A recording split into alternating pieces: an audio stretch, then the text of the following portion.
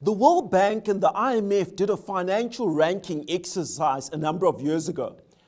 What they simply did is they first created a list of all countries based on the size of the economies, or what we call gross domestic product, or GDP. They then created a second list and they ranked the world's largest companies based on revenue or on turnover. In the final stage, they combined these two lists together. That is, the countries and the companies.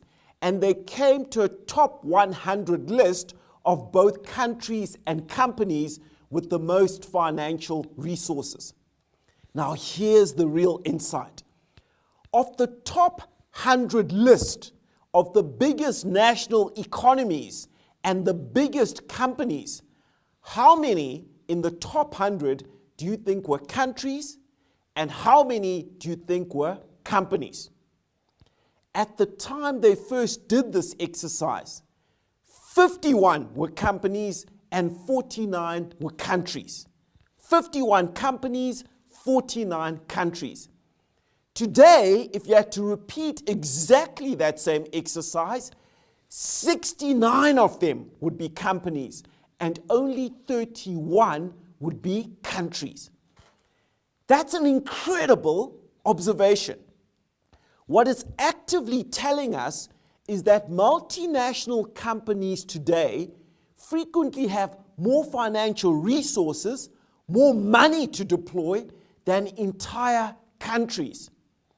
What multinationals can do can frequently help you or hurt you much more than what your own democratically elected government can do.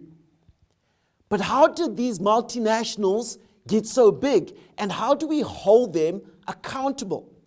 What are the systems in place for ensuring that they behave responsibly and not in a manner that is predatory? That is the key question that the corporate governance module tries to answer.